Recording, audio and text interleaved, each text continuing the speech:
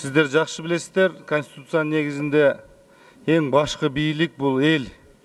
Эл өзүн шайлоо аркылуу добушун берет, бийликти шайлайт, бийлик анан элдин кызыкчылыгын коргойт, элдин талаптарын аткарат.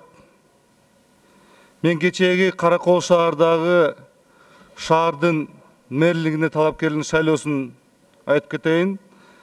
Ал жерде эч кандай демократия аркылуу таза шайлоо өткөн жок. Анткени ал жерден контролдоо, бурмалоо шайлоо болуп өттү. Сиздер жакшы билесиздер, мына биз Жогорку Кеңешке шек келбесин деп, сөз болбосун деп, таза шайлоолорду өткөзөйүн деп атабыз.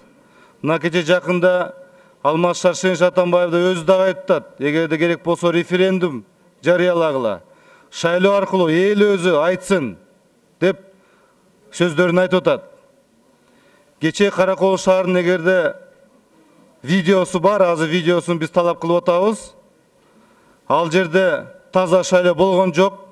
Сиздер дагы башкы прокуратурага тапшырма берсеңиздер, Борбордук шайлоо комиссиянын өкүлү, Каракол шаарынын жана Ак Суу районунун өкүлү өзү текшерүү жүргүзүп, ар бир депутат көрсөтүп, эч кандай жашыруун добуш болгон жок деп айтат элем.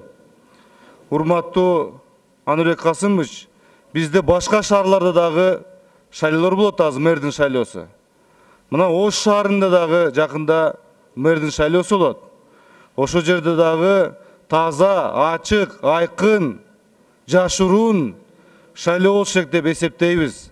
Анткени кийин бийликке, Жогорку Кеңешке, өкмөткө эч кандай бир сөз тийбеш керек. Анткени биз демократия жолунда кетип атабыз. Альтернативдүү болсун, таза болсун деп айтып атканыбыз ошондон.